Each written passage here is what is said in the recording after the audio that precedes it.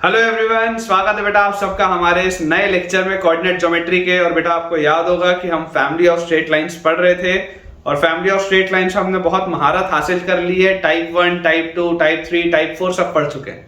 तो आज का लेक्चर बेटा बहुत एक्साइटिंग लेक्चर है। पहले मैं आपको कुछ ऑप्टिक्स बेस्ड क्वेश्चन कराऊंगा जिसमें हम इंसिडेंट रे और रिफ्लेक्टेड रे की बात करेंगे और उसके बाद फिर अपने बेटा अपन चैप्टर को आगे बढ़ाएंगे। लेकिन आज का लेक्चर स्टार्ट करने के पहले एज यूजुअल जितने भी बच्चों ने अभी तक हमारे टेलीग्राम चैनल को बेटा ज्वाइन नहीं किया है, आप जल्दी से जल्दी हमारे टेलीग्राम चैनल को ज्वाइन करें, जिसका ज्वाइनिंग लिंक आपको नीचे डिस्क्रिप्शन बॉक्स में दिख रहा होगा। उसे ज्वाइन करने से बेटा आपको दो एडवांटेज होंगे।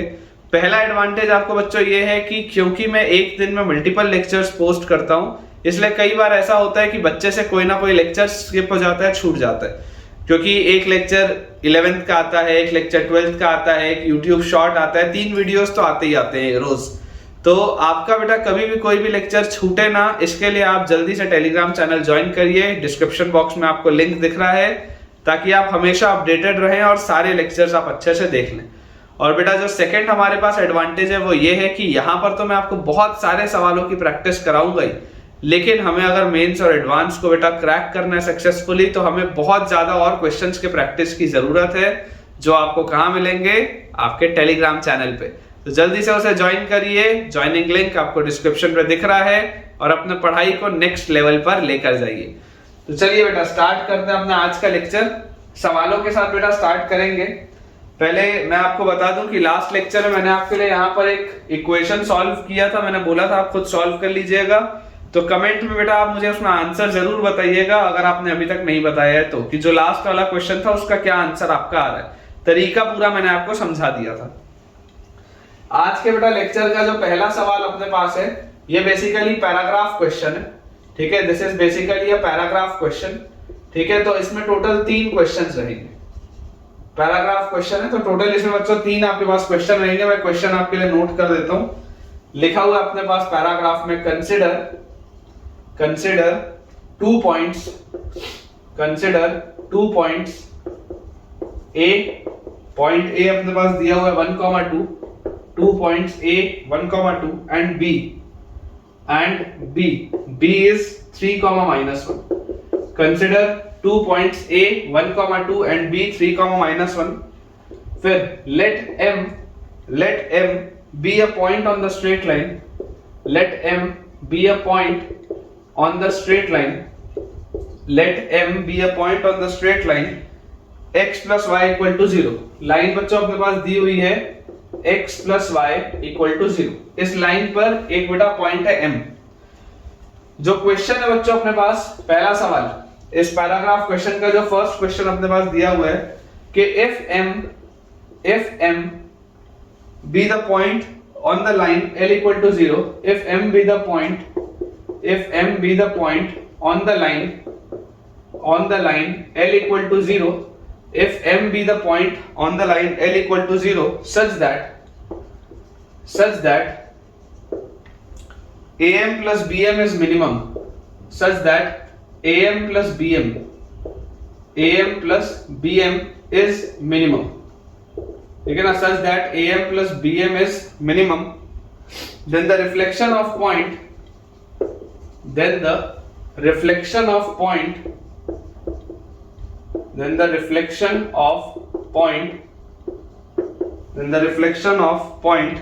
M in the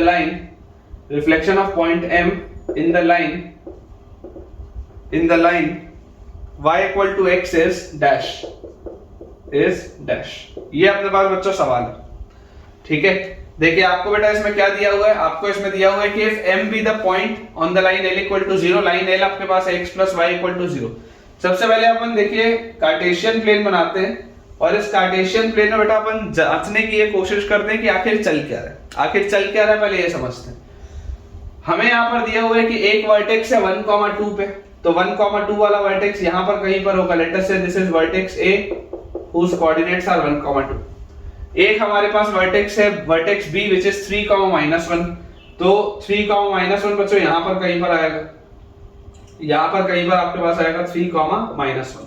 ठीक है, this is your vertex B, अब बोला जा रहा है let M be a point on the straight line L is equal to x plus y equal to 0। तो ये बेसिकली कौन सी लाइन है, y equal to minus x line.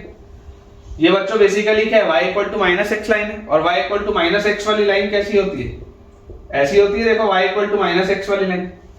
तो आपको बोला जा रहा है कि ये एक लाइन है a और b, आपके पास देखिए दो पॉइंट्स अलग अलग दिए हुए हैं और हमें बोला जा रहा है लेट m be a point on the line this, इस लाइन के ऊपर एक पॉइंट है m such that am plus bm is minimum। am plus bm जो है बच्चों वो मिनिमम है। ये क्रिटिकल कंडीशन आपको दी हुई है कि आपको यहाँ पर एक पॉइंट m इस तरीके से लेना है, आपको बच्चों यहाँ पर पॉइंट m इस तरीके से लेना है कि am और bm का जो सम है वो मिनिमम है।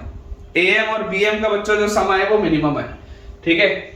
तो आपको बोला जा रहा है then the reflection of point m on the line y equal to x is। तो पहले तो आपको m के कोऑर्डिनेट्स निकालने पड़ेंगे और उसके बाद आपको उसका रिफ्लेक्शन लेना पड़ेगा y इक्वल टू x। तो ये तो बात का सवाल है, पहले आप सिर्फ मुझे ये बताइए कि m के कोऑर्डिनेट्स क्या होंगे। ऐसे सवाल कभी कभी जेईई एडवांस में आ जाते हैं क्योंकि पैराग्राफ क्वेश्चन है, मेंस में भी आ जाता है, सिंगल सवाल मेंस में भी ऐसा आ सकता है। मुझे बेटा समझने की जरूरत ये है कि अगर मान लो 3 पॉइंट्स, मान लो यहां पर आप बोलते हो कि सर यहां पर कोई एक पॉइंट होगा m, ठीक है। इस m के कोऑर्डिनेट्स क्या होंगे आपको नहीं पता, लेकिन इस लाइन पर लाई कर रहा है, मान लो आपने यहां पर कोई पॉइंट मान लिया m।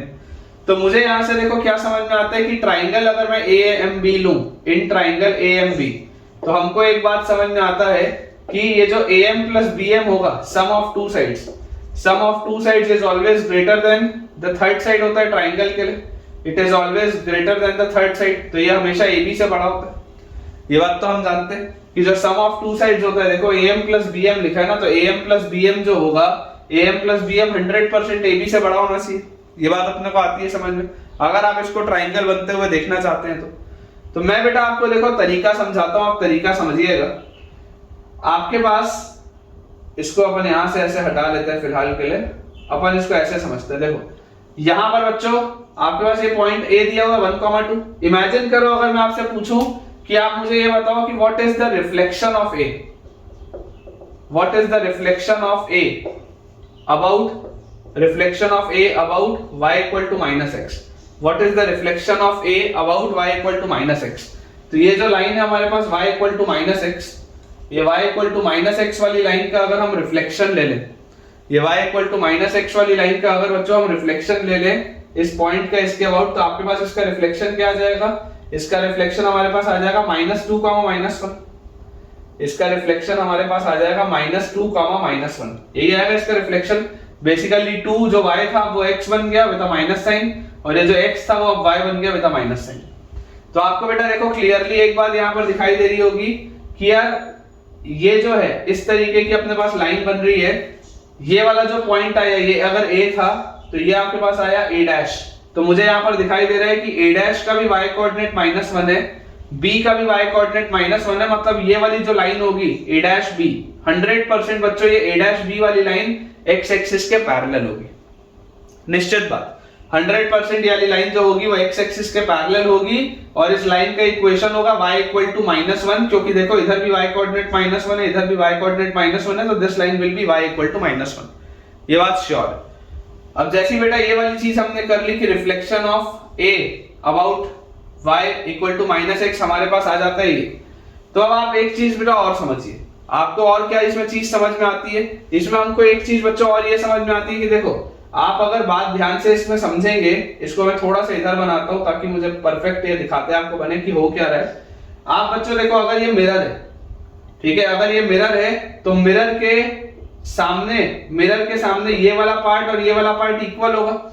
ये वाला मैंने आपको कल कंसेप्ट बताया था कि मिरर से जितना दूर ये पॉइंट होगा उतना ही दूर ये वाला पॉइंट होगा, and this will be the perpendicular distance, ठीक है, this will be the perpendicular distance. ये हमको बात समझ में आती है कि ये y इक्वल टू -x वाली लाइन और ये वाली लाइन a' वाली लाइन, ये दोनों आपस में परपेंडिकुलर होंगी। ये बात हमको आती है समझ में। अब यहां से जैसे बच्चों हम ध्यान से इसको समझने की कोशिश करें, अगर मैं a से m को भी ज्वाइन कर दूं, फॉर द टाइम बीइंग अगर बेटा मैं a से m को भी ज्वाइन कर दूं, तो आप इसमें ये समझिए कि ये जो दो छोटे ट्राइंगल बन रहे हैं, ठीक है, जो दो छोटे आपके पास ट्राइंगल बन रहे हैं, एक ये वाला छोटा ट्राइंगल और एक ये वाला छोटा ट्राइंगल, ये दोनों ट्राइंगल में ये साइड बराबर है, ये वाला साइड दोनों में कॉमन है, एक एंगल दोनों में 90 डिग्री है। तो ये बात तो निश्चित है कि ये वाले जो दोनों छोटे ट्राइंगल हैं वो दोनों SAS कॉन्ग्रुएंसी से कॉन्ग्रुएंट होंगे। तो अगर बेटा ये दोनों ट्राइंगल SAS कॉन्ग्रुएंसी से कॉन्ग्रुएंट आ जाते हैं, इसका मतलब क्या होता है? इसका मतलब होता है कि ये जो A' M होगा, this A' M will be equal to AM। यहां से आप बोल सकते हो AM will be equal to A' M, क्योंकि वो ट्राइंगल्स कॉन्ग्रुएंट होंगे। ये वाले जो दोनों बेटा ट्राइंगल्स हैं कॉन्ग्रुएंट होंगे, तो AM और A' M बराबर होगा। अब अगर AM और A' M हमारे पास बराबर आ जाता है, तो यार यहाँ पर देखो AM प्लस BM किसके बराबर था? AB से बराबर था। ट्राइंगल बनाने के लिए, ट्राइंगल अगर आप AMB बोल रहे थे, तो ट्राइंगल AMB में AM प्लस BM हमेशा तीसरे साइड से बड़ा होता था। Sum of two sides is always greater than the third side. तो यहां से देखो मुझे क्या समझ में आता है कि AM किसके बराबर है? AM बराबर है A' M के। तो इसको आप AM के बदले A' M भी लिख सकते हो, प्लस BM यहां पर आ गया। ठीक है, तो ये अगर आपके पास इसकी मिनिमम वैल्यू क्या है? ये हमेशा AB से बड़ा होना चाहिए अगर आपको ट्राइंगल बनाना है तो। ठीक है, अगर आप देख रहे हैं कि 3 कोऑर्डिनेट्स हैं, 3 कोऑर्डिनेट्स का इस्तेमाल करते हुए हमेशा एक ट्राइंगल बनाना मुमकिन होता है, लेकिन लिमिटिंग केस में प्रॉब्लम आती है। आप हमेशा 3 पॉइंट से ट्राइंगल बना सकते हैं, लेकिन आप कब नहीं बना सकते 3 पॉइंट से ट्राइंगल? देखिए मैं आपको बताता हूं। हमारे पास आ रहा है A' M plus BM। A' M plus BM हमको बोला जा रहा है हमेशा AB से बड़ा होना चाहिए। अगर मुझे इसकी मिनिमम वैल्यू पूछी जा रही है, मिनिमम वैल्यू, तो क्या मैं ऐसा ये बेटा मैं नहीं बोल सकता क्या कि A' M प्लस BM की मिनिमम वैल्यू जो होगी वो AB के बराबर होगी when A M and B, sorry, when A' M and B are collinear। ठीक है, इसमें बेटा जितनी वैरायटी के सवाल बनते हैं मैं आपको सब अभी करा दूंगा। ऐसे वाले में 3 ही वैरायटी के क्वेश्चन बनते हैं, वो तीनों मैं अभी आपको करा दूंगा।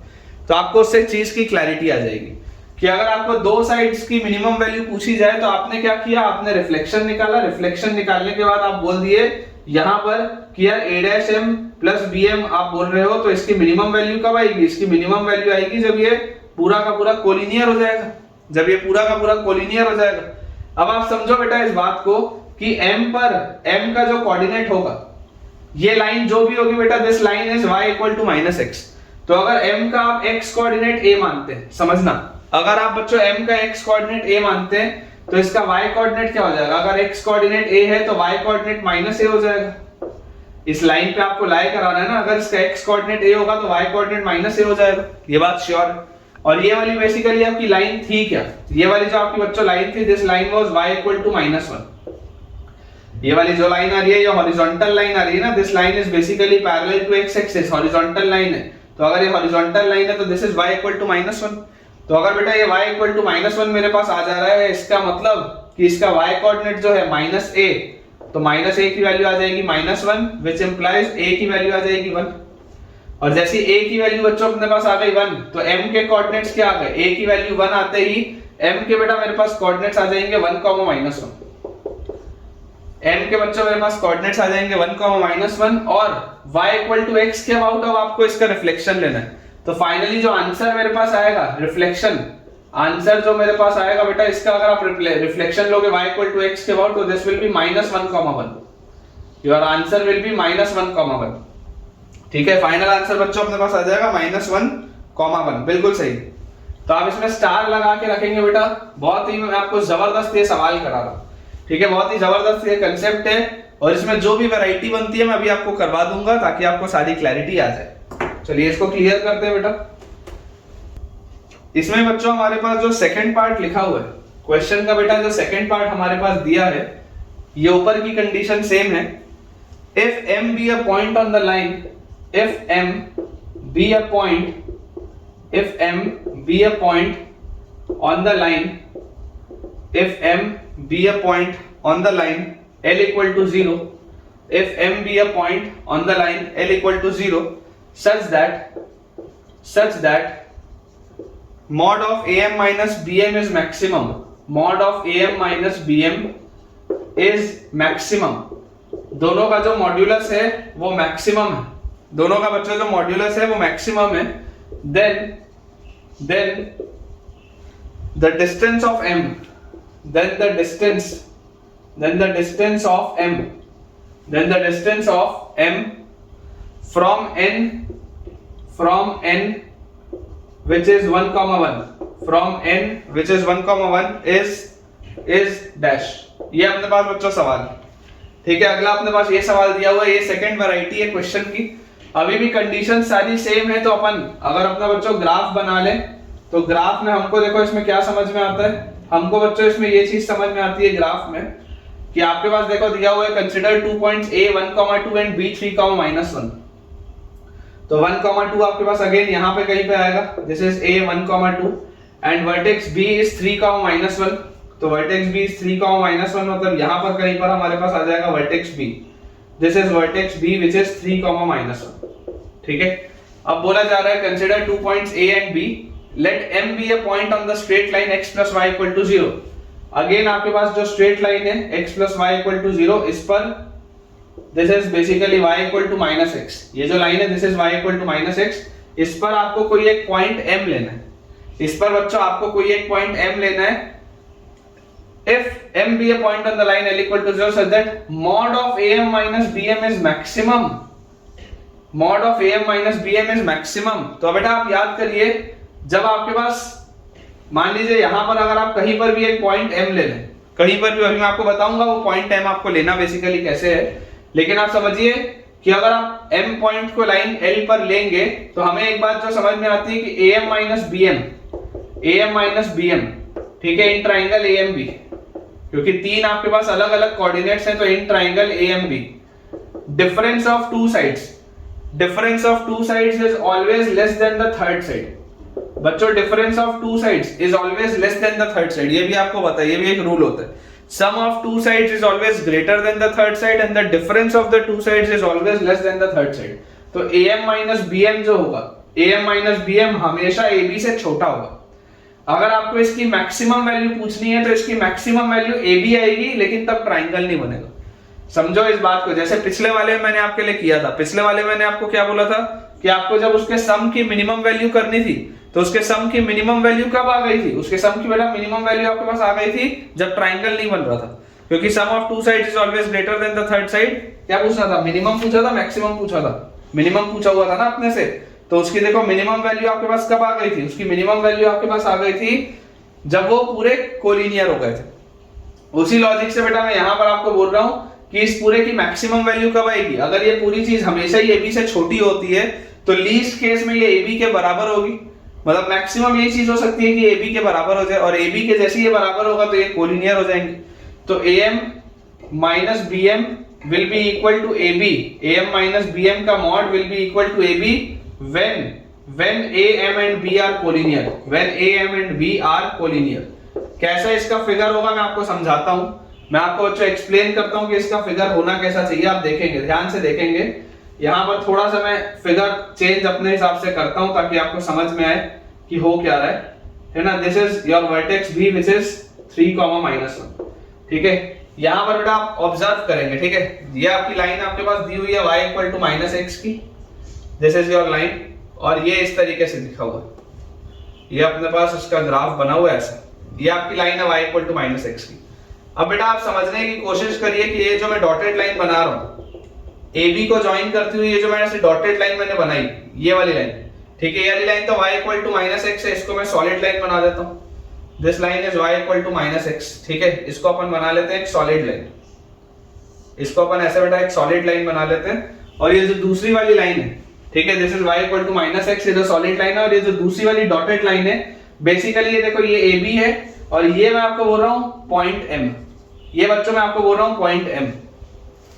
पॉइंट M जो है वो y इक्वल टू -x वाली लाइन पे कहीं पर भी लाई कर सकता है।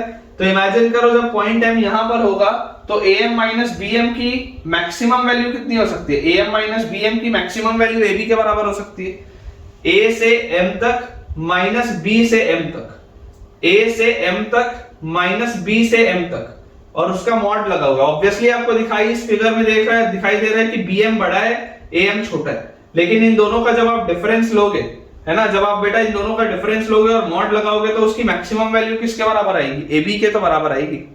और इस केस में क्या हो जाएगा, इस केस में AM भी कोलिनियर हो जाएंगे, और अगर ये कोलिनियर नहीं होते तो ये हमेशा ही तीसरे साइड से छोटा होता। Difference of two sides is always less than the third side, ठीक है, तो ये अपने पास यहाँ से चीज आ जाएगी।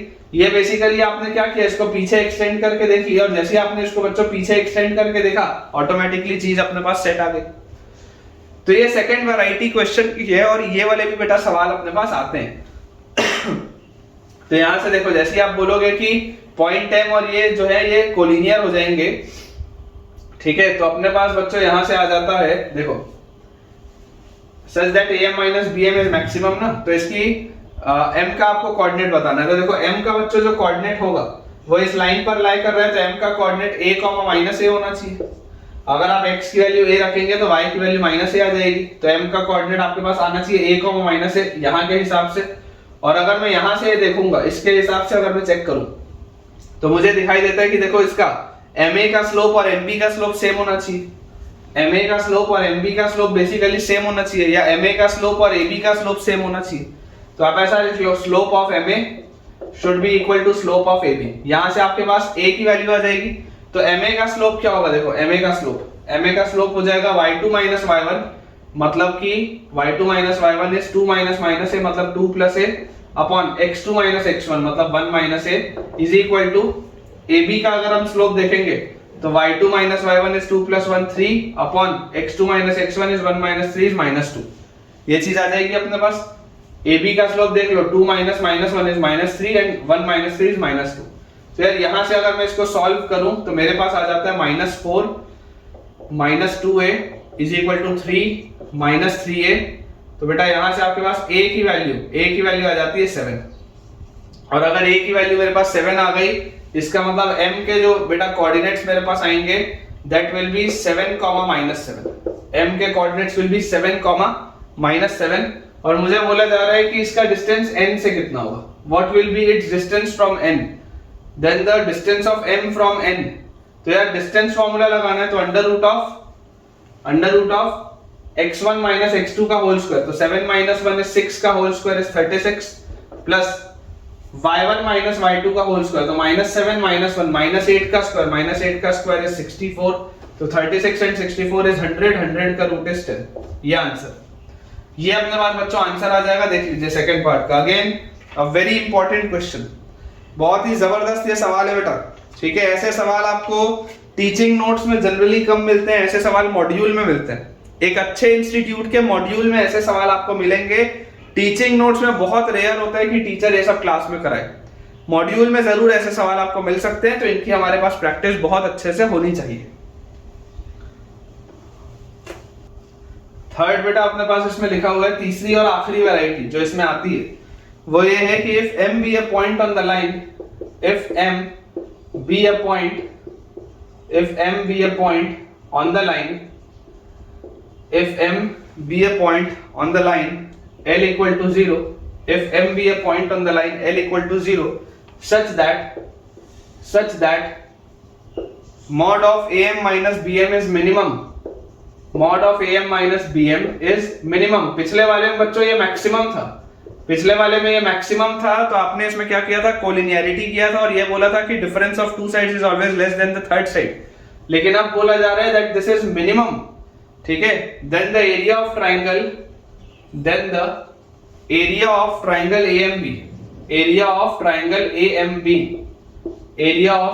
AMB equals dash। ये अपने पास बच्चों सवाल, ठीक है। देखिए क्या लिखा हुआ है, if m be a point on the line L equal to 0, if m be a point on the line L equal to 0 such that mod of am minus bm is minimum। Again ये हमारा रहा बेटा Cartesian plane. इस Cartesian plane के अंदर आपको दिखाई देता है एक पॉइंट हमारे पास है वर्टेक्स a पे which is 1, 2, and second point हमारे पास है 3, -1, तो 3, -1 हमारे पास आ जाएगा समवेयर हियर, ठीक है। समवेयर हियर विल बी और 3, -1, एंड आपके पास दिया हुआ है y इक्वल टू -x, इस तरीके से एक बनी हुई है, this is your line y equal to -x। अब मुझे बोला जा रहा है कि am minus bm is minimum. अब बेटा आप मुझे सोच के बताओ मॉड की मिनिमम वैल्यू क्या होती है, मॉड की मिनिमम वैल्यू होती है 0, मॉड की मिनिमम वैल्यू होती है 0, और ये 0 कब आएगी, 0 आएगी when am is equal to bm। मतलब अगर गलती से am और bm की वैल्यू सेम हो गई, गलती से बेटा अगर am और bm की वैल्यू सेम हो गई तो मॉड तो खत्म, उसके बाद तो आ ही नहीं सकता, मॉड नेगेटिव तो हो ही नहीं सकता। तो इसकी वैल्यू 0 आ सकती है व्हेन m लाइज हियर, जब am और bm सेम हो जाए। समझ पा रहे हो आप? जब am और bm बेटा सेम हो जाए तो आप समझने की इसको कोशिश करिए कि अगर इस तरीके की आपके पास प्रोफाइल आती है where this am is equal to this bm, तो मेरे पास बच्चों देखो m के कोऑर्डिनेट्स क्या आ जाएंगे। अगर मैं m का x कोऑर्डिनेट a बोलूं तो y कोऑर्डिनेट मेरे पास आ जाएगा -a, ठीक है क्या? अगर मैं x कोऑर्डिनेट को a बोलूं तो y कोऑर्डिनेट मेरे पास आ जाएगा -a।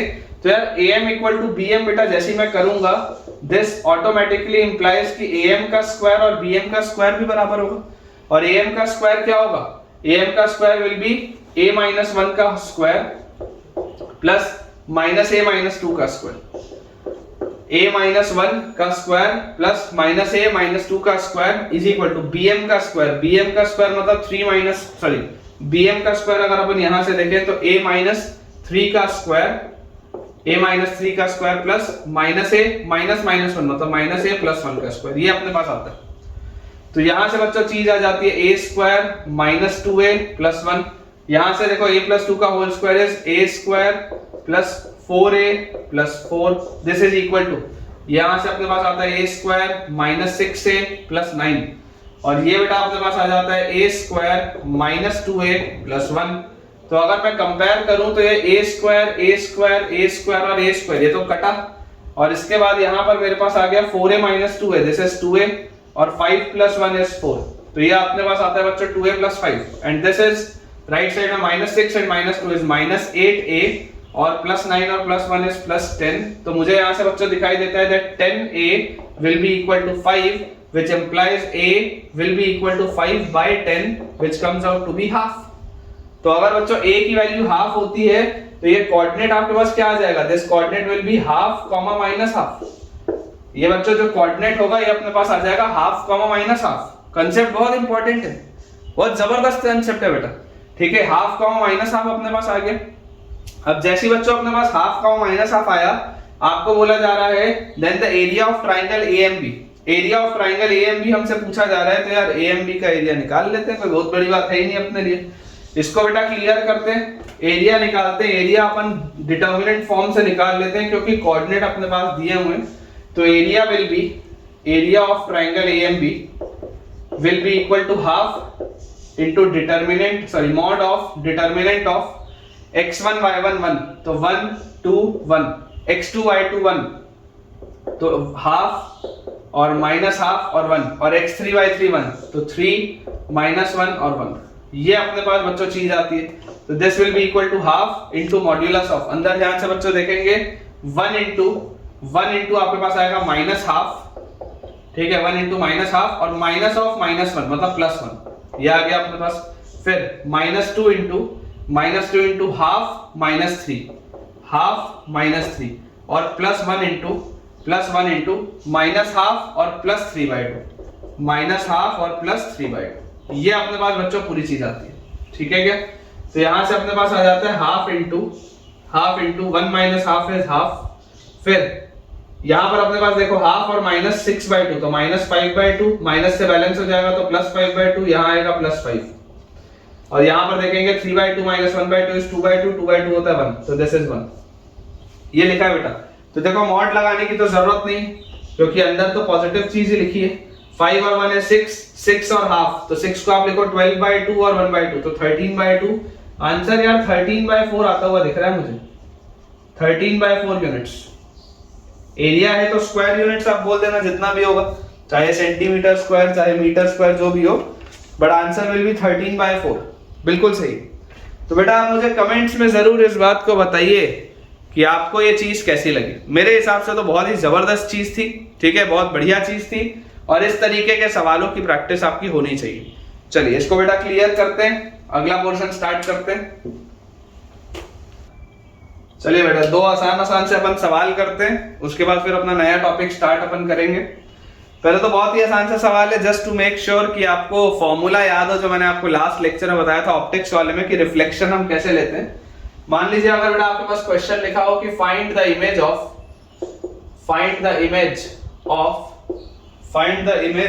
3,1 find the image of 3,1 across the line. Find the image of 3,1 across the line. Find the image of 3,1 across the line y equal to 2x plus 7. Across the line y equal to 2x plus 7. ठीक है क्या? ये अपने पास बेटा देखो चीज लिखी। अब अगर बच्चों ये अपने पास चीज लिखी हुई है तो आपको क्या याद होना चाहिए? आपको याद होना चाहिए कि मेरा रिजल्ट क्या था। मेरा रिजल्ट था कि मैं लाइन लिखा था 2x minus y plus 7 equal to 0। ये मेरी लाइन है, ठीक है, और ये मेरे पास कोऑर्डिनेट है जिसका मुझे इमेज निकालना है। तो मेरा जो फॉर्मूला होता था, मैं पहले आपको रिजल्ट लिख देता हूं कि इमेज निकालने का जो डायरेक्ट रिजल्ट होता था वो क्या होता था, x minus x1 by a is equal to y minus y1 by b is equal to हमारे पास क्या आ जाता था, minus 2 into a x1 plus b y1 plus c divided by a square plus b square.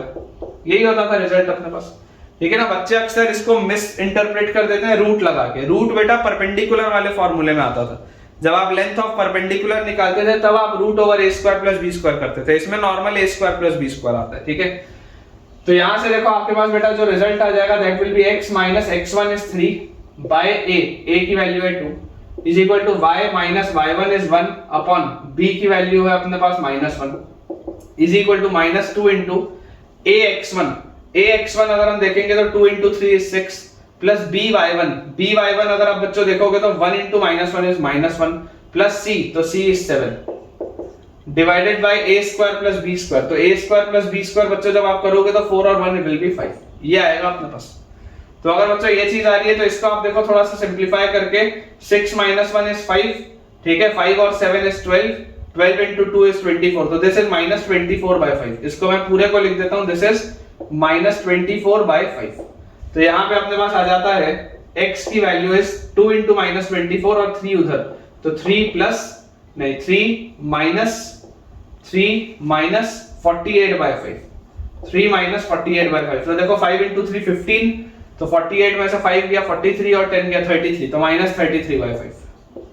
ये आ जाता है अपने पास x कोऑर्डिनेट। और अगर बेटा हम y की बात करें तो y will be equal to 1 और प्लस 24 बाय 5। तो 5 प्लस 24 इज 29 बाय 5। ये अपने पास देख लो रिजल्ट आता है बेटा।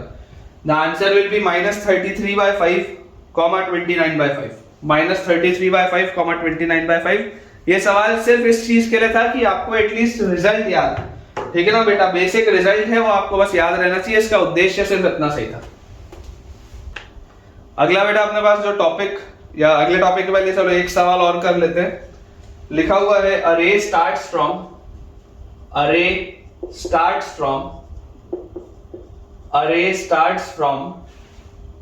point 1 comma 1 from point 1 comma 1 array starts from the point 1 comma 1 and is reflected by x-axis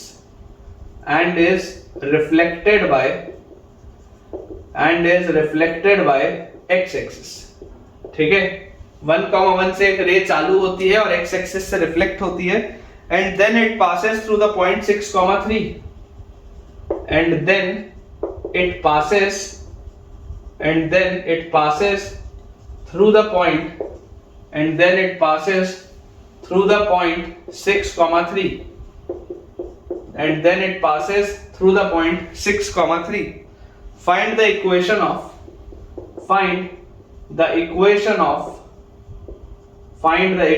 of incident ray and reflected ray. पहला है इंसिडेंट रे, find the equation of incident ray, and बच्चों जो दूसरा अपने पास दिया हुआ है दैट इज रिफ्लेक्टेड रे। आपको इनका इक्वेशन बताना है, ठीक है। 1 मिनट का टाइम लीजिए, वीडियो पॉज करिए और इसे सवाल को अटेम्प्ट करिए। तो देखें बेटा, अगर आपने इसको खुद से ट्राई कर लिया तो आप भी आंसर इसका टैली करिएगा। हमारे पास लिखा हुआ है कि एक रे है जिसकी शुरुआत होती है 1,1 से और 1,1 से निकलने के बाद वो रिफ्लेक्ट होती है x एक्सिस से और उसके बाद वो पास होती है 6,3 से। तो अगर मेरे पास बेटा ये x एक्सिस दिया हुआ है तो मैं आपको बोलता हूं कि 1,1 से एक रे निकली और 1,1 से निकलने के बाद वो रे आके x एक्सिस पे पड़ी और x एक्सिस पे पड़ने के बाद ये रिफ्लेक्ट हुई और रिफ्लेक्ट होके बच्चों ये किसी पॉइंट 6,3 से पास करी। ठीक है, 1,1 से निकली और उसके बाद बच्चों कहीं दूर पे जाके 6,3 से ये पास करे, रिफ्लेक्टेड रे आपकी। और ये आपका है normal, this is your line normal. ठीक है, एक्स एक्सिस मुझे उतनी हॉरिजॉन्टल नहीं लग रही तो उसको थोड़ा सा मैं ठीक कर लेता हूं, ऐसा बना लो। ठीक है, अभी थोड़ा बेटर है। तो ये अपने पास बच्चों लाइन लिखी हुई है, लाइन बनी हुई है। अब हमें इसमें बेटा देखो क्या चीज समझ में आती है, हमको इसमें बेटा ये चीज समझ में आती है, this is your x axis, कि अगर आपको इंसिडेंट रे का इक्वेशन बताना है तो इंसिडेंट रे का इक्वेशन बताने के लिए आपको इस लाइन पर कम से कम एक पॉइंट और चाहिए। रिफ्लेक्टेड रे का अगर बेटा आपको इक्वेशन बताना है तो आपको कम से कम एक पॉइंट और चाहिए। ज्यादा बेटर होगा कि अगर मैं ऐसा बोल लूं कि यार अगर ये रे सीधी सीधी सीधी सीधी सीधी सीधी ऐसे निकल गई होती, घूमी नहीं होती, अगर ऐसे नीचे आ जाती, तो नीचे अगर आ जाती तो यार ये लास्ट लेक्चर में मैंने आपको बताया था कि बेसिकली इसका इमेज पॉइंट यहां पर कहीं पर होता। अगर वो रिफ्लेक्ट होके उधर नहीं गई होती तो इसका जो इमेज मिलता, इसका इमेज यहां पर कहीं पर मिलता। Let us say this is your point A and let us say this is your point B. तो बी का इमेज बच्चों मुझे यहां पर कहीं पर मिलता है एट बी डैश, बी का इमेज मुझे यहां पर कहीं पर मिलता है एट बी डैश। तो अगर ये हमारे पास पॉइंट है 6,3 तो इसका इमेज अबाउट एक्स एक्सिस। अब एक्स एक्सिस के अबाउट इमेज निकालना बहुत आसान है, ये 6 तो 6 ही रहेगा और ये जो 3 है वो -3 हो जाएगा। तो this will B 6, -3, this will B 6, -3।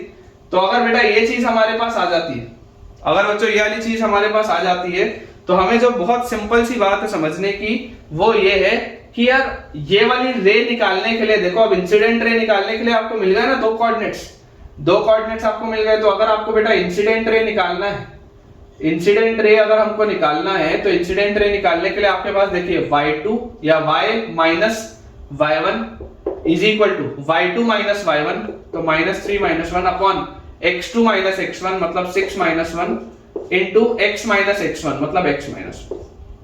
ये अपने पास चीज आएगी y minus 1 is equal to y2 minus y1 upon x2 minus x1, इस तरीके से अपने पास लिखा है। तो this is y minus 1 is equal to -4/5 into x minus 1। तो 5y minus 5 is equal to -4x plus 4, तो 4x plus 5y, 4x plus 5y equal to 9। ये इक्वेशन आता है बच्चों अपने पास, this is the equation of your incident ray. ठीक है, एक बार मैं क्रॉस चेक भी कर लेता हूं कि हमने सही सॉल्व किया है या नहीं। बाकी इस तरीके के सवालों में आपको इन जनरल बेटा ये अप्रोच याद रखनी है।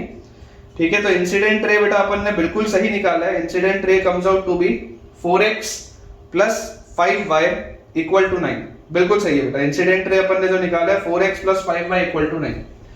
और इसी के बाद अगर बेटा मुझे इसका रिफ्लेक्टेड रे निकालना हो तो आप ये समझिए कि ये वाला जो आपका इंसिडेंट रे है, ये वाला बच्चों जो आपका इंसिडेंट रे है, ये वाला इंसिडेंट रे कहां से बेसिकली एक्स एक्सिस को कट कर रहा होगा, ये वाले पॉइंट पे। तो अगर ये वाले पॉइंट पे एक्स एक्सिस को कट कर रहा होगा तो आप मुझे समझाइए बेटा इस बात को कि एक्स एक्सिस मतलब क्या है, y कोऑर्डिनेट 0। तो अगर मैं इसमें y की वैल्यू 0 कर दूं तो y की वैल्यू 0 रखते ही x की वैल्यू क्या आ गई 9/4। तो ये जो कोऑर्डिनेट होगा this will B 9/4, 0। x axis पे लाई कर रहे हैं ना, दिस विल बी 9/4, 0। और जैसे ही बच्चों ये वाला पॉइंट मुझे मिला तो जो रिफ्लेक्टेड रे होगी, रिफ्लेक्टेड रे के लिए भी अब अपने को बच्चों दो कोऑर्डिनेट्स मिल गए रिफ्लेक्टेड रे। तो रिफ्लेक्टेड रे में अगर मैं बोलता हूं कि मुझे ये दो कोऑर्डिनेट्स मिल चुके हैं दैट इज 6,3 एंड 9/4, 0। तो यहां पर देखिए y minus y1 is equal to slope, तो y2 minus y1 which is 0 -3 upon x2 minus x1 which is 9/4, -6। y2 minus y1 मतलब 0 -3 अपॉन x2 माइनस x1 मतलब 9/4, -6 इंटू x माइनस x1, तो x minus x1 is 6। ये अपने पास आता है। ठीक है, ये चीज अपने पास आती है। तो यहां से देखिए क्या आ जाएगा, यहां से आ जाएगा y -3 is equal to -3 upon 4 into 6, 4 into 6 is 24, 9 - 24 कितना आ जाएगा बेटा 9 - 24 अगर आप करेंगे तो आपके पास आ जाएगा 15। ठीक है, -15, तो -15 और इसके नीचे था 4 तो वो 4 चला गया ऊपर एंड दिस इनटू x - 6। ये 3 से 15 कटेगा तो 5 आएगा। तो इसको अगर मैं सिंपलीफाई करूं तो यहां से -3 था, ये माइनस था, ये माइनस से माइनस भी बैलेंस होगा। तो 5y minus 15, 5y minus 15 is equal to 4x minus 24। तो अपना बच्चों जो आंसर आता है रिफ्लेक्टेड रे का, that comes out to be 4x minus 5y। Answer comes out to be 4x minus 5y, और माइनस 24 को आप अगर उधर ले जाओगे तो 24 minus 15 comes out to be 9। ठीक है क्या? 4x minus 5y equal to 9, ये आपके पास रिफ्लेक्टेड रे आएगा बेटा। रिफ्लेक्टेड रे आपके पास जो आएगा that will be 4x minus 5y equal to 9, और इंसिडेंट रे हमारे पास आ जाएगा 4x plus 5y equal to 9। बिल्कुल सही। चलो इसको बेटा क्लियर करते हैं और अपने अगले टॉपिक की तरफ अपन आगे बढ़ते हैं। अब बच्चों जिस तरीके से हमने ओरिजिन शिफ्टिंग पढ़ा था, याद करिए जब मैं आपको पॉइंट पढ़ा रहा था तब मैंने आपको ओरिजिन शिफ्टिंग बताया था। तो वही ओरिजिन शिफ्टिंग के कुछ सवाल अपने पास स्ट्रेट लाइंस में भी आते हैं, तो अपन जल्दी से बेटा उसको कर लेते हैं, बहुत टाइम नहीं लगेगा। सिंपल से ओरिजिन शिफ्टिंग मैं आपको एक बार रिकैप करा देता हूं जिस तरीके के मैं अभी आपको सवाल कराने वाला हूं। बेसिकली हमने 3 तरीके का ओरिजिन शिफ्टिंग देखा था। एक होता था कि हमारा एक्स एक्सिस और वाई एक्सिस का डायरेक्शन सेम रहता था, सिर्फ ओरिजिन दूर होता था, ओरिजिन को आप शिफ्ट करते थे। एक होता था कि एक्स एक्सिस और वाई एक्सिस का ओरिजिन वहीं पर है लेकिन आपने उसको रोटेट कर दिया थीटा एंगल पे। और एक होता था जिसमें आपने ओरिजिन भी शिफ्ट किया और रोटेशन भी किया। तो मैं आपको अभी जो सवाल कराऊंगा जो अपने लिए यहाँ पर काम के हैं वो सिंपल से हैं, जिसमें कि आप सिर्फ ओरिजिन शिफ्ट कर रहे हो, कोई रोटेशन नहीं कर रहे। तो आपके पास देखिए कैसा रिजल्ट आता था कि अगर बेटा ये हमारे पास होता था original y axis and x axis, अगर ये original y axis and x axis होता था और इस original y axis and x axis में हमारे पास इस तरीके से ये दिया हुआ है, इस तरीके से ये बेटा हमारे पास दिया हुआ है कि ये एक पॉइंट है, late us say this is this is x, y। x, y मान लो बच्चों मेरे पास कोई पॉइंट है पुराने कोऑर्डिनेट सिस्टम के हिसाब से, दिस इज ओल्ड, पुराने कोऑर्डिनेट सिस्टम के हिसाब से x, y है, और मैंने ओरिजिन यहां 0,0 से उठा के शिफ्ट कर दिया है a, b पे।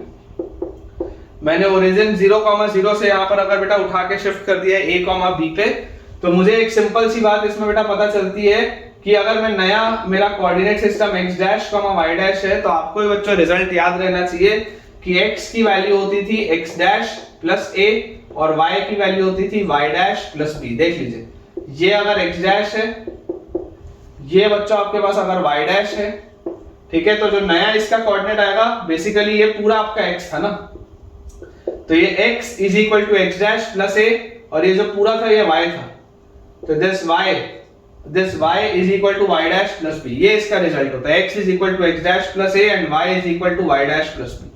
ठीक है बच्चों, ये अपने पास रिजल्ट होता है, ये अपने को याद रखना है।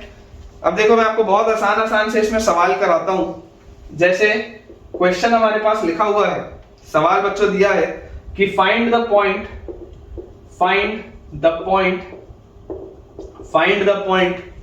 To which the origin should be shifted,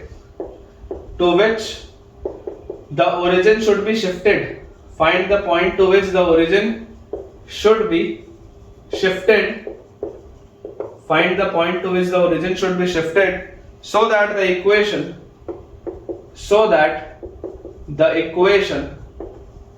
find the point to which the origin should be shifted so that the equation y square minus 6y minus 4x plus 13, y square minus 6y minus 4x plus 13 equal to 0 is transformed to the form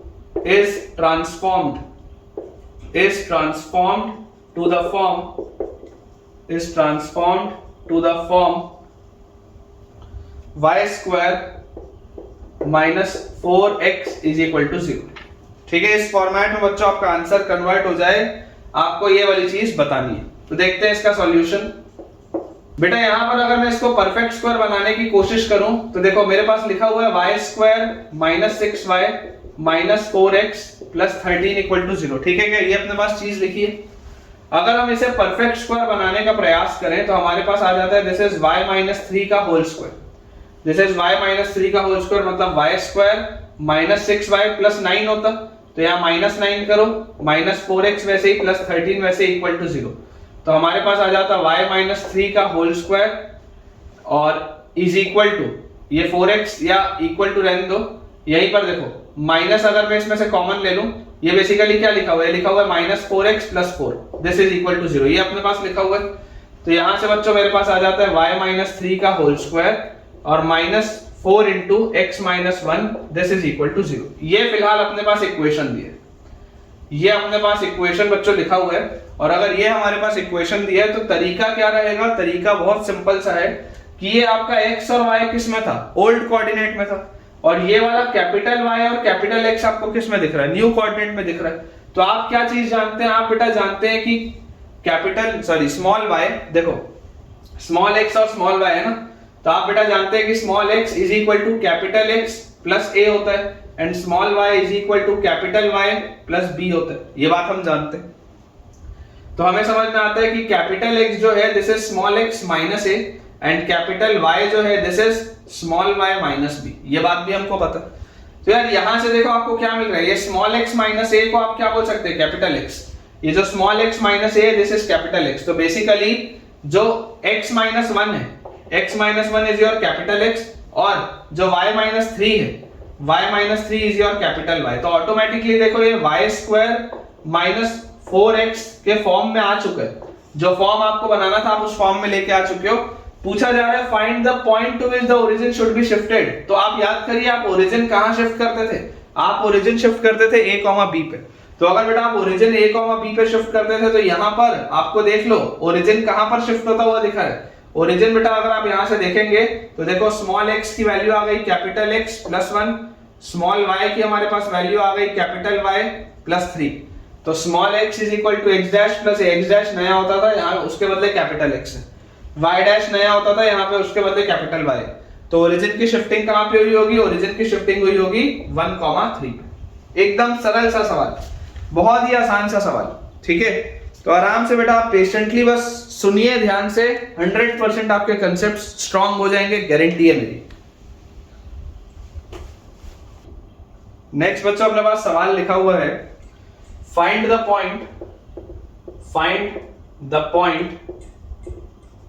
point to which the origin should be shifted, find the point to which the origin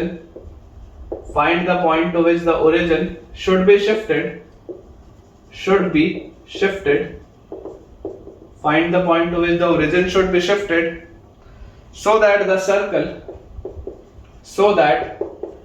circle origin should be shifted so that the circle x square plus y square minus 5x plus 2y minus 5 equal to 0 has no first degree term, first degree term कोई भी ना हो। इसका मतलब क्या है, इसका मतलब बहुत सिंपल सा है कि x और y वाले टर्म आपको गायब करना है। ये जो बच्चों x और y वाले टर्म्स हैं उसको आपको बेसिकली गायब करना है। तो अप्रोच क्या होगा, अप्रोच बच्चों मैं आपको बोलूंगा कि आप परफेक्ट स्क्वायर बनाने का प्रयास करें। देखिए आप इसको ऐसे लिखिए x square minus 5x plus y square plus 2y minus 5 equal to 0। आप इसको इस फॉर्मेट में लिख सकते हैं, x square minus 5x plus y square plus 2y minus 5 equal to 0। और जैसे ही बच्चों मैंने इसको इस फॉर्मेट में लिखा, यहां से मुझे दिखाई देता है दिस इज x माइनस 5/2 का होल स्क्वायर, x माइनस 5/2 का होल स्क्वायर। तो देखो x स्क्वायर माइनस 5x तो आ गया, प्लस क्या आएगा यहाँ पे, प्लस आएगा 25/4, तो उसको माइनस कर दो। उसके बाद यहां पर अगर देखोगे तो आप इसको लिख सकते हो y प्लस 1 का होल स्क्वायर, तो y square plus 2y, plus क्या आएगा प्लस 1 आएगा, उसको भी माइनस कर दो और minus 5 this is equal to 0। ये चीज आती है अपने पास। तो यहां से अपने पास बच्चों चीज आ गई x माइनस 5/2 का whole square plus y plus 1 का whole square is equal to, सबको उधर लेके जाओ तो आपके पास आ जाएगा 5 और 1 6 और प्लस 25/4। तो 25 4 into 6 आ जाता है 24 और 5 29 और 49/4। ये बेटा पूरी चीज आपके पास आएगी 49/4, ये अपने पास आ रहा है, ठीक है। कैलकुलेशन अपन कर लेंगे, 49/4 आ जाएगा। अब आप चाहते हैं कि इसमें कोई भी आपके पास क्या नहीं है, कोई भी बेटा आपके पास बड़े डिग्री वाला मतलब 1 डिग्री वाला टर्म ना है। तो उसके लिए अप्रोच क्या होगा, उसके लिए अप्रोच होगा कि मैं आपको बोलता हूं ये जो अंदर वाली पूरी चीज लिखी है, ये जो बेटा मेरे पास x माइनस 5/2 लिखा है, अगर मैं उसको कैपिटल X से और ये जो y प्लस 1 लिखा हुआ है, ये जो बेटा छोटा सा y प्लस 1 लिखा हुआ, अगर मैं इसको कैपिटल Y से कन्वर्ट कर दूं तो ये पूरा इक्वेशन बन जाएगा कैपिटल X का स्क्वायर प्लस कैपिटल Y का स्क्वायर इक्वल टू 49/4। एकदम सरल से ये इक्वेशन मेरे पास आ जाएगा।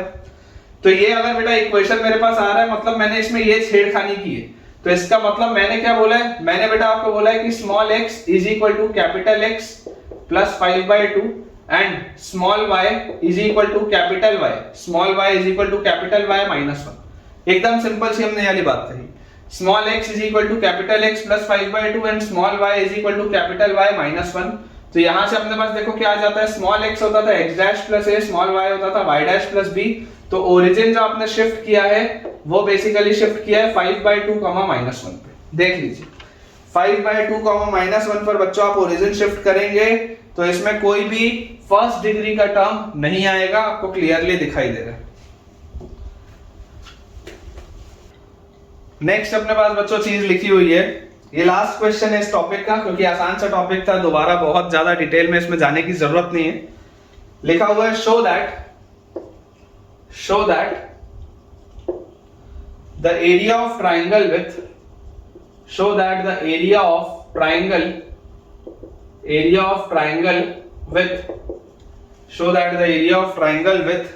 vertices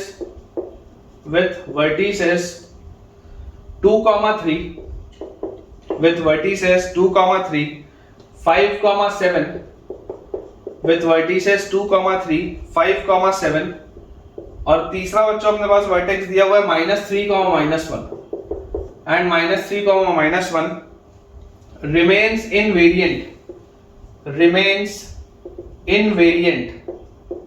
remains invariant if the origin is shifted to the point -1,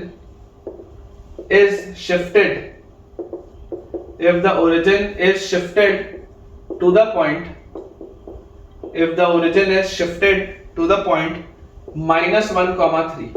अगर ओरिजिन को बच्चों आपने शिफ्ट कर भी दिया तो एरिया ऑफ ट्राइंगल चेंज नहीं होगा, ये आपको प्रूव करने बोला जा रहा है। तो बेसिकली आप बच्चों समझिए कि अभी ओरिजिनल एरिया ऑफ ट्राइंगल क्या आ रहा है।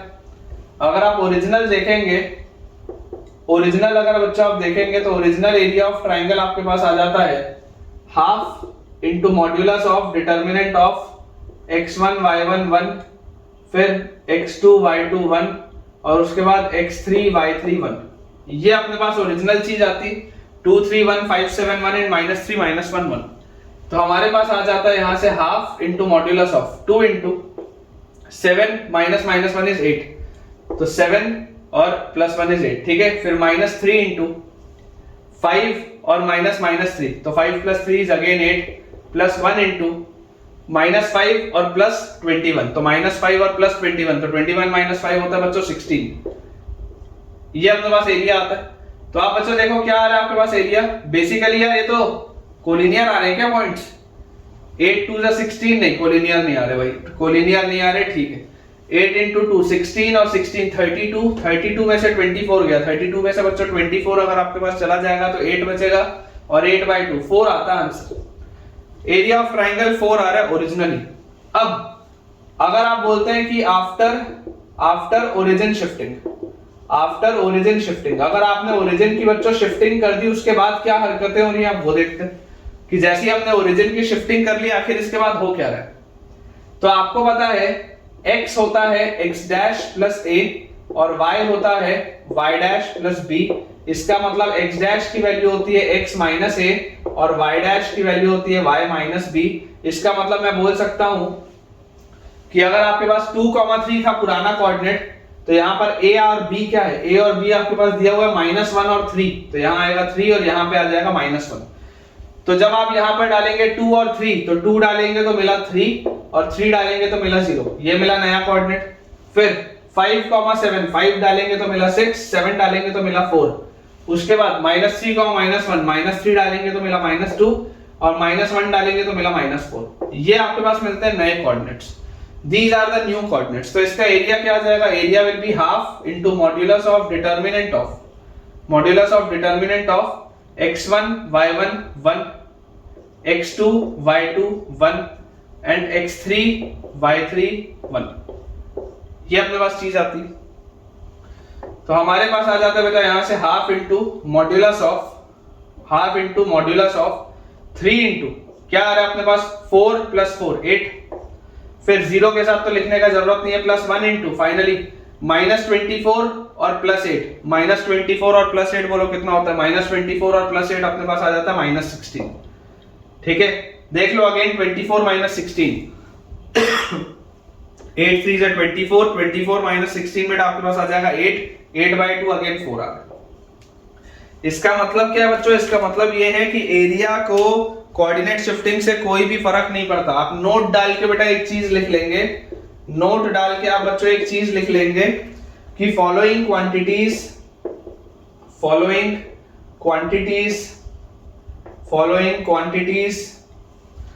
remains invariant मतलब जिनमें कोई बदलाव ना हो, invariant मतलब जिनमें कोई भी बदलाव ना हो। तो following quantities remain invariant if origin is shifted।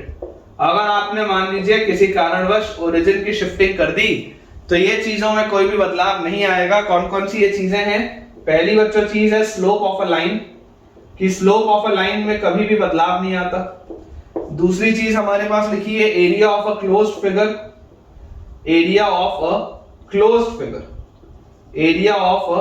Figure, ठीक है। और तीसरा बच्चों हमारे पास लिखा हुआ है distance between the two lines, दो लाइंस के बीच का distance between the two lines, दो लाइंस के बीच का डिस्टेंस, उसके बाद कोई भी क्लोज्ड फिगर का एक एरिया और स्लोप ऑफ द लाइन। ये तीन चीजों में कभी भी बदलाव नहीं होगा जब भी आप ओरिजिन शिफ्टिंग करें। इसको बेटा खास तौर पे आपको ध्यान रखना बहुत ज्यादा जरूरी है। तो इसके साथ बच्चों अपना ये वाला भी पोर्शन कंप्लीट हो गया। अब अपन स्टार्ट करते हैं एंगल बाइसेक्टर। सो बेटा अब जो फ्रेश अपना टॉपिक है दैट इज एंगल बाइसेक्टर। बहुत इंपॉर्टेंट टॉपिक है, सवाल इसमें बनते हैं, बच्चों को अक्सर इसमें कंफ्यूजन भी होता रहता है। तो मैं आपको इसका एक बेसिक आइडिया आज दे देता हूं, ठीक है। बेसिक बेटा अगले 15-20 मिनट में मैं आपको इसका आइडिया दे देता हूं और उसके बाद अगले लेक्चर में अपन इसके सवाल बनाएंगे, ठीक है। तो पहले आप कुछ स्टेटमेंट्स लिख लीजिए कि एंगल बाइसेक्टर में हमको करना क्या है। तो it is defined as the locus of point P, it is defined as the locus of point P। Angle bisector का बेटा लोकस क्या होता है आप स्टार लगा के रखिएगा, कई बार डेफिनेशन में भी आ जाता है। It is defined as the locus of point P which moves in such a way,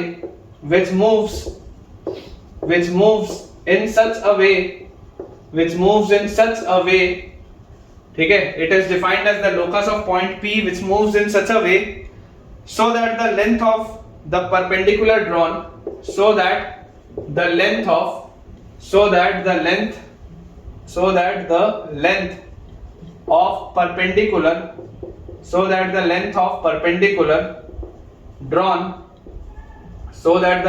perpendicular drawn from it on both the arms are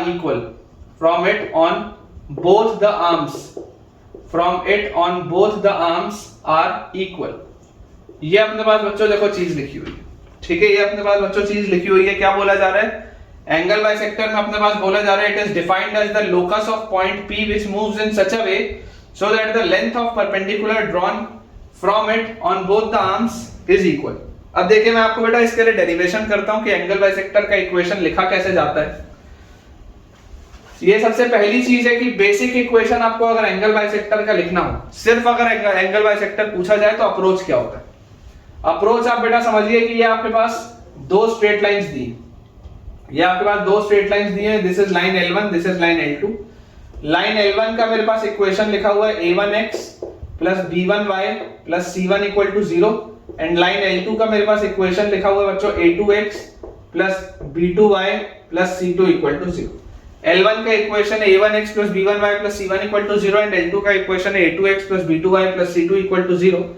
angle bisector बेटा जो होता है, ये बात आपको समझ में आनी चाहिए कि एंगल बाइसेक्टर एक ऐसी लाइन होती है जो कि ये एंगल को बाइसेक्ट करती है, एंगल को दो इक्वल पार्ट में डिवाइड करती है। तो ये दोनों एंगल बराबर होते हैं। सिमिलरली अगर आप देखोगे तो ये वाले भी दो एंगल बराबर होते हैं, ये वाले भी जो दो एंगल होते हैं बराबर होते हैं, ठीक है ना, क्योंकि बेटा मैंने आपको angle between the two straight line से बताया ही है कि एक एंगल एक्यूट होता है तो दूसरा एंगल ऑब्ट्यूज होता है, अनलेस एंगल्स 90 डिग्री हो, अनलेस एंगल 90 डिग्री हो। अगर एक एंगल एक्यूट होगा तो ऑटोमेटिकली दूसरा एंगल क्या आ जाएगा आपके पास, ऑब्ट्यूज आ जाएगा। ये बात अपने को समझ में आनी चाहिए। और एक बेटा इंपॉर्टेंट चीज और है, एक बहुत इंपॉर्टेंट चीज और है जो अक्सर बेटा आपको लोग बताते नहीं है, मैं आपको यहीं पर बता देता हूं सॉल्व करने के पहले। मतलब मैं आपको गारंटी दे रहा हूं 99.9% बच्चे जो शायद इस वीडियो को देख भी रहे होंगे उनको भी नहीं पता होगा कि ऐसा भी होता है। देखो अगर मान लो बेटा ये दो लाइंस के बीच का एंगल है थीटा, अगर ये दो लाइंस के बीच का एंगल थीटा है तो बचा हुआ जो इनके बीच का एंगल होगा वो 180 माइनस थीटा होगा। अगर मैं थीटा को एक्यूट मान रहा हूं तो बचा हुआ जो एंगल होगा वो 180 माइनस थीटा होगा। तो देखो अगर ये पूरा एंगल थीटा था और ये इसका एंगल बाइसेक्टर है तो ये एंगल थीटा बाई 2 होगा और ये एंगल भी थीटा बाई 2 होगा। ये बात आपको आती है समझ में। और अगर बेटा ये पूरा एंगल 180 माइनस थीटा था तो ये दोनों उसके आधे आधे होंगे, मतलब this will B 90 minus theta by 2 आधा इसका, और this will also be 90 minus theta by 2 इसका आधा, तो इसका आधा आ गया 90 माइनस थीटा बाई 2। तो इंपॉर्टेंट पता है क्या होता है बेटा, इंपॉर्टेंट ये होता है कि टू एंगल बाइसेक्टर्स जो होती है, दोनों एंगल बाइसेक्टर्स जो होती है, या ऐसा लिख लो, टू मत लिखो, बोथ लिख लो, both angle bisectors are always perpendicular. दोनों एंगल बाइसेक्टर हमेशा परपेंडिकुलर होती है। अगर ये एक एंगल बाइसेक्टर है और अगर ये दूसरी एंगल बाइसेक्टर है तो देख लो दोनों के बीच में एंगल कितना आ रहा है, 90 माइनस थीटा बाई 2 और थीटा बाई 2। जैसे ही दोनों को जोड़ोगे तो 90 डिग्री आ जाएगा। देख लो, ये देख लो बच्चों, ये 90 डिग्री आ जाएगा आपके पास। कोई भी बेटा आप दो एंगल पकड़ लो हमेशा 90 डिग्री आ जाएगा। तो ये चीज आती थी या नहीं आती थी, कमेंट में बताओ। तुरंत वीडियो पॉज करके बताओ कि आपने अगर एंगल बाइसेक्टर पूरा पढ़ रखा था तो क्या आपको इस बात की जानकारी थी या नहीं थी कि दो एंगल बाइसेक्टर्स हमेशा परपेंडिकुलर होते हैं, दे आर ऑलवेज परपेंडिकुलर। ठीक है, एक इंपॉर्टेंट बात है बेटा, ये आपको पता होनी चाहिए। ठीक है, इसको आप नोट कर लीजिएगा। खैर चलिए अब अपन अपने काम के टॉपिक की तरफ आगे बढ़ते हैं। जैसे बच्चों हमने ये वाली बेटा चीज पढ़ ली, ठीक है, तो यहां से हमारे पास देखो क्या चीज आ जाती है, इसको भी यहां से अपन मिटा देते हैं बेटा, ये सबको अपन यहां से क्लियर कर देते हैं ताकि अपन आराम से जो जो हमको डेरिवेशन करना है वो करके आगे बढ़ पाए। ठीक है, तो हमारे पास बच्चों देखो चीज लिखी है कि it is defined as the locus of point P, it is defined as the locus of point P which moves in such a way so that the length of perpendicular drawn from it on both the arms are equal। ये basically दो arms हैं, इन पर जब आप बच्चों perpendicular drop करेंगे, थोड़ा solid line में बना देता हूं, सॉलिड लाइन। ठीक है, अगर आप इस पे जब परपेंडिकुलर ड्रॉप करेंगे, ये आपने इधर परपेंडिकुलर ड्रॉप किया, ये आपने बच्चों यहां परपेंडिकुलर ड्रॉप किया, तो जब आप परपेंडिकुलर ड्रॉप करेंगे तो ये परपेंडिकुलर का लेंथ सेम, ये परपेंडिकुलर का length same. It is defined as the locus of point P which moves in such a way so that the length of perpendicular drawn from it on both the arms is equal। तो बेटा अगर ये आपके पास है P1 L1 की तरफ और ये आपके पास है P2 लेंथ ऑफ परपेंडिकुलर, ठीक है, और लोकस आप जिस पॉइंट का निकालते थे उसके कोऑर्डिनेट्स आप मानते थे h, k। L1 का इक्वेशन आपके पास है, L2 का इक्वेशन आपके पास है, तो जरा सोच के मुझे बताइए कि यहां से मैं क्या बोल सकता हूं, P1 will be equal to P2, length of perpendicular same होता है, यही लिखा है। तो P1 की वैल्यू क्या आ गई, P1 की वैल्यू हमारे पास आ जाएगी h, k। जब आप इसमें डालेंगे तो this will be A1h plus B1k, A1h plus B1k plus C1 divided by root over A1 square plus B1 square, A1h plus B1k plus C1 divided by root over A1 square plus B1 square, and this should be equal to, इसका mod है ना, इसका mod should be equal to mod of P2। तो P2 का अपने पास क्या आ जाएगा, P2 का अपने पास आ जाएगा बच्चों यहां से A2h plus B2k plus C2 divided by root over A2 square plus B2 square. ठीक है, ये अपने पास चीज आ जाती है।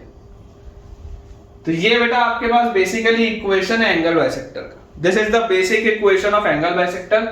यहां पर आप इसको बोल सकते हैं और this is A1h plus B1k plus C1 upon root over A1 square plus B1 square should be equal to plus minus A2h plus B2k plus C2 divided by root over A2 square plus B2 square. ये अपने पास बच्चों पूरी चीज लिखी हुई है। ठीक है, इसका हमको ध्यान रखना है खास तौर पे, इसको अच्छे से बना लेते हैं। By root over a2 square plus b2 square. इसका बेटा अपने को ध्यान रखना, ठीक है। प्लस माइनस देखो, प्लस माइनस क्या बता रहे हैं, एक बार प्लस के साथ एक बार माइनस के साथ, तो ऑब्वियसली आपको ही पता है कि दो इक्वेशन आनी है परपेंडिकुलर बाइसेक्टर, सॉरी मतलब एंगल बाइसेक्टर की आपके पास दो इक्वेशंस आनी है। तो एक इक्वेशन आपके पास आ जाएगी प्लस के साथ और एक आ जाएगी माइनस के साथ, ठीक है। तो बेटा ये अपन ने इसका डेरिवेशन कर लिया।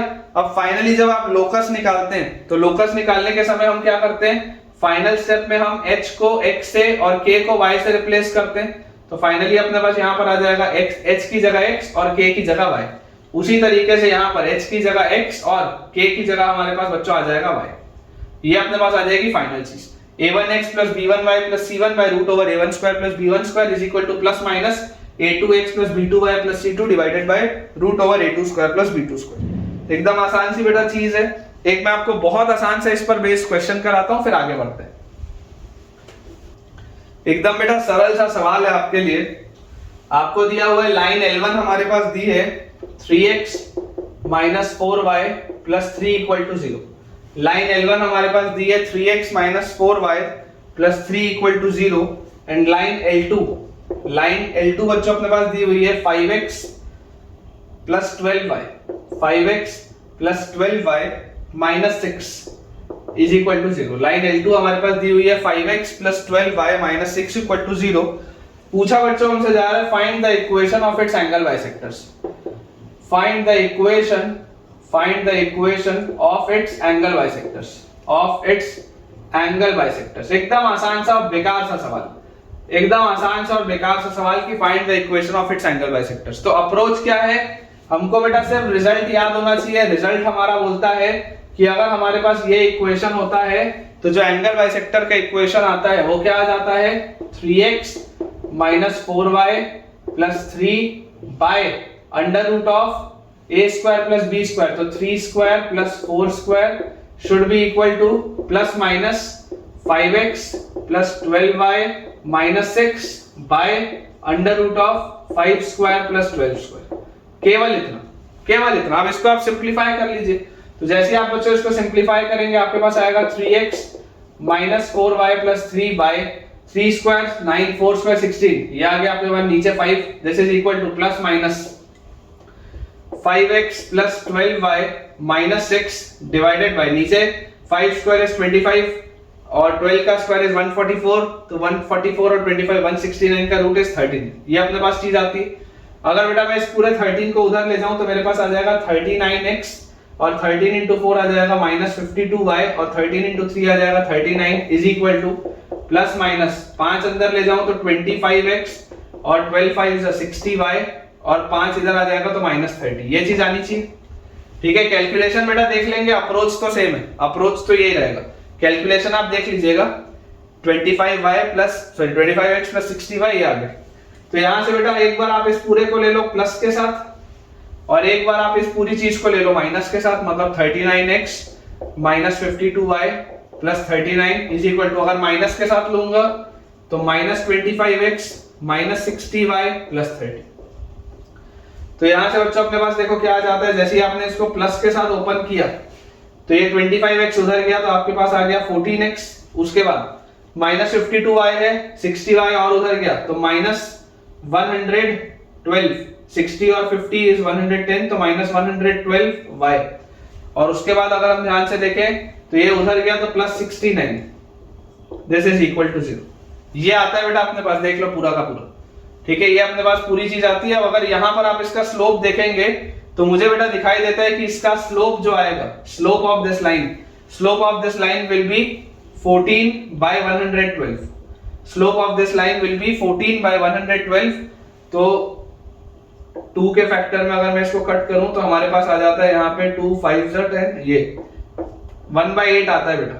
इसका स्लोप आता है 1/8। मेरे लॉजिक के हिसाब से इसका स्लोप -8 आना चाहिए। करके देख लेते हैं। 39 और 5 44 और 20 64x, फिर -52y है यहाँ -60y, 60 -52 तो +8y और उसके बाद 39 इधर आ जाएगा तो +9, दिस इज इक्वल टू 0। तो क्लियरली आप देख सकते हैं यहां से बेटा आपके पास आ जाएगा 8x, या नॉर्मली आप अगर स्लोप की बस बात करो तो slope m2 will be -64/8 which comes out to be -8। आप देख लो इसका स्लोप 1/8 है, इसका स्लोप -8 है। क्यों? क्योंकि दोनों परपेंडिकुलर होती हैं, both angle bisectors are perpendicular, तो इस वजह से ये अपने पास रिजल्ट आ जाएगा। चलिए अगला देखते हैं बेटा। अब इसमें बेटा जो सेकंड तरीके की हमसे चीज पूछी जाती है एंगल बाइसेक्टर में, पहला एक तरीका तो होता है कि सिर्फ एंगल बाइसेक्टर पूछ लेगा कि दो लाइन का इक्वेशन है, बताओ एंगल बाइसेक्टर का इक्वेशन क्या होगा, प्लेन एंड सिंपल। सेकंड पूछा जाता है कि एंगल बाइसेक्टर में ओरिजिन कंटेनिंग कौन सा होगा, इस तरीके का सवाल आता है ओरिजिन कंटेनिंग। तो मैं पहले आपको लिखा देता हूं कि to discriminate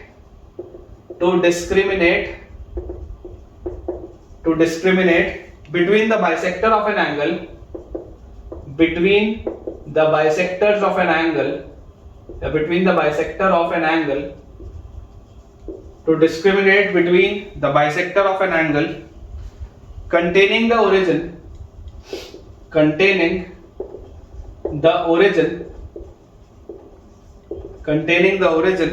and that of the angle not containing the origin, and that of an angle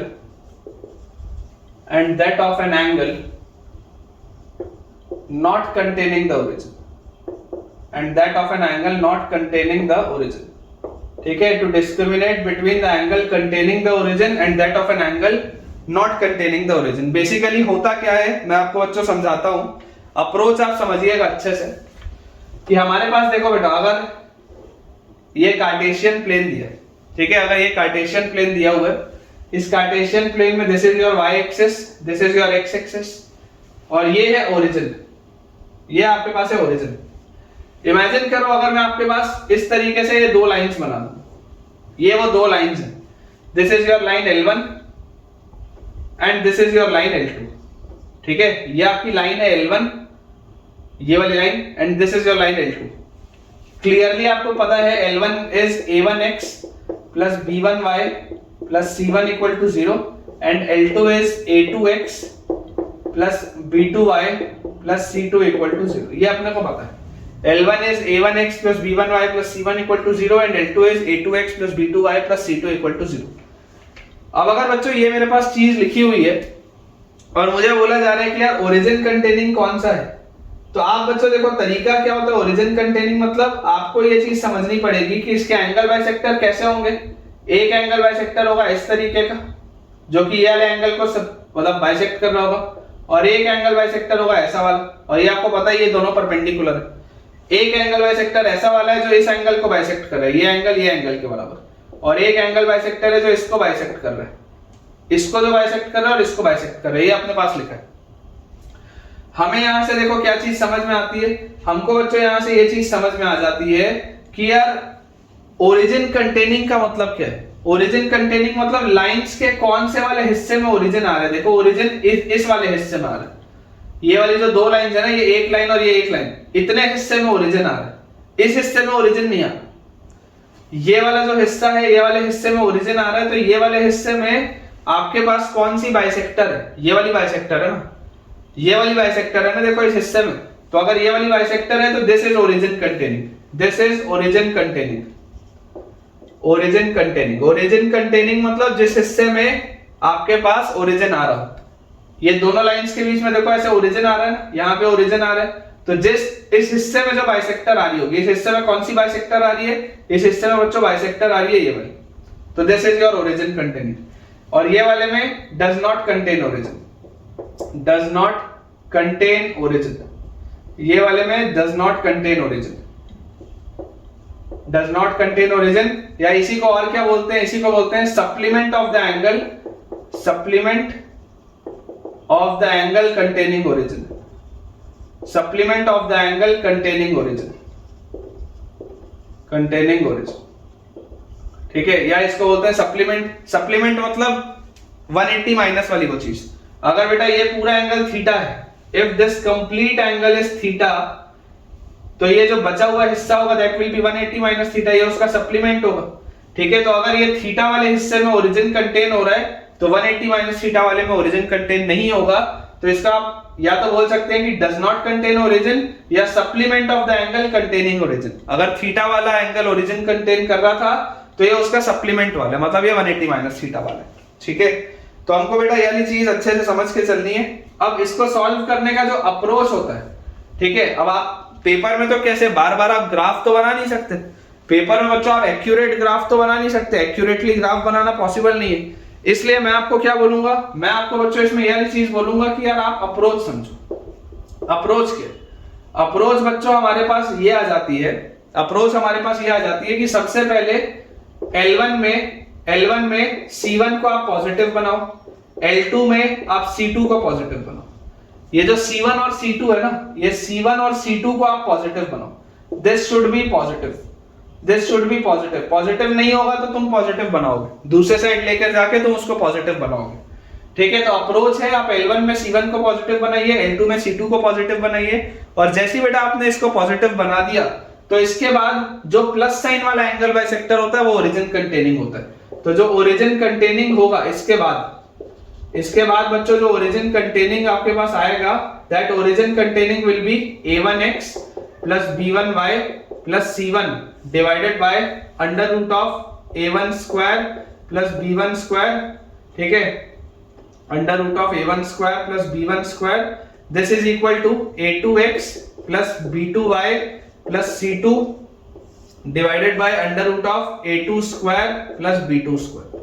ये अपने पास बच्चों चीज आएगी, this is origin containing, this is origin containing. ठीक है, जो प्लस साइन के साथ आएगा, अब ये करने के बाद, पहले नहीं, ये करने के बाद बेटा जो प्लस साइन के साथ आएगा that will B origin containing, और which do not contain origin, do not contain origin, do not contain origin, या supplement of angle containing origin, और supplement of angle containing origin, supplement of angle containing origin, supplement of angle containing origin, वो आपके पास कौन सा आ जाएगा, that will be a1x plus b1y plus c1 by under root of a1 square plus b1 square is equal to minus times of a2x plus b2y plus c2 divided by under root of a2 square plus b2 square। ये आएगा बेटा आपके पास, ये आपका origin containing है, और ये वाला है which do not contain the origin,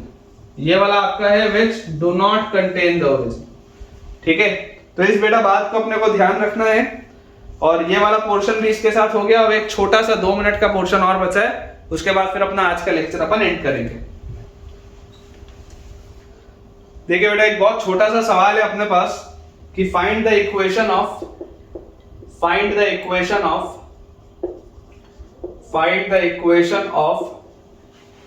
the angle bisector between, find the equation of the angle bisector between, find the equation of the angle bisector between the lines, find the equation of the angle bisector between the lines x minus 7y plus 5 equal to 0, x minus 7y plus 5 equal to 0, and 5x plus 5y minus 3 equal to 0, and 5x plus 5y minus 3 equal to 0, which is the supplement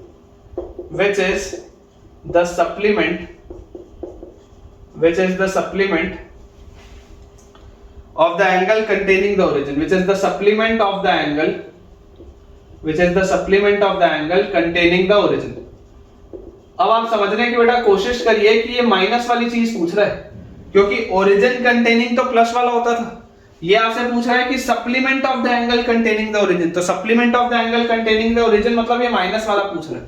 तो approach क्या होगा, approach आप लिखेंगे बेटा line L1 को आप लिखेंगे x minus 7y plus 5 equal to 0। देख लो यहाँ पर C1 पॉजिटिव है, लेकिन देखो C2 नेगेटिव है, C2 बेटा नेगेटिव है, तो इसको आप बदल के लिखो।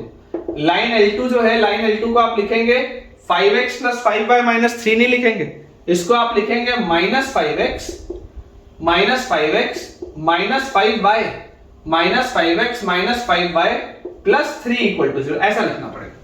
इसको बेटा आपको ऐसा लिखना पड़ेगा कि देखो C1 भी पॉजिटिव बनाना है, C2 भी पॉजिटिव बनाना है, ये बनाना बहुत जरूरी है।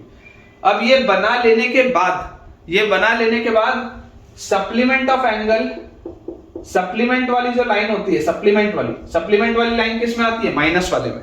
तो आपके पास आंसर आ जाएगा a1x plus b1y plus c1 upon under root of a1 square plus b1 square, तो 1 plus 49 is equal to minus times of a2x plus b2y plus c2 upon under root of a square plus b square, मतलब 25 plus 25। तो clearly मुझे दिख रहा है root 50 और root 50 तो cancel out होगा, तो यहां से अपने पास आ जाता है x minus 7y plus 5 is equal to x minus 7y plus 5 is equal to, यहां से बेटा आपके पास आ जाएगा 5x plus 5y, 5x plus 5y minus 3। ठीक है, यहां से हमारे पास आ जाएगा 5x प्लस 5y माइनस 3। ठीक है, 5x प्लस 5y माइनस 3, बिल्कुल सही। तो यहां से अपने पास इक्वेशन आ जाएगा बेटा 4x और उसके बाद प्लस 12y और माइनस 8 इज इक्वल टू 0। पूरे में से 4 का फैक्टर कॉमन है, तो 4 का बेटा अगर आप फैक्टर कॉमन ले लोगे तो this implies x plus 3y minus 2 is equal to 0। ये आपका आंसर आएगा। This is the equation of the angle bisector which does not contain the origin या which is the supplement of the angle containing the origin। ठीक है, तो x plus 3y minus 2 equal to 0, ये अपना answer है बेटा। तो ठीक है बेटा, आज के लिए अपन ऐसा करते हैं, इतना ही रखते हैं, नहीं तो लेक्चर ज्यादा लंबा हो जाएगा। आज के लिए इतना ही रखते हैं। एक इसमें थर्ड पोर्शन और बचा है जिसमें कि एक्यूट एंगल बाइसेक्टर और ऑब्ट्यूस एंगल बाइसेक्टर की बात होती है, वो मैं आपको नेक्स्ट लेक्चर में करा दूंगा।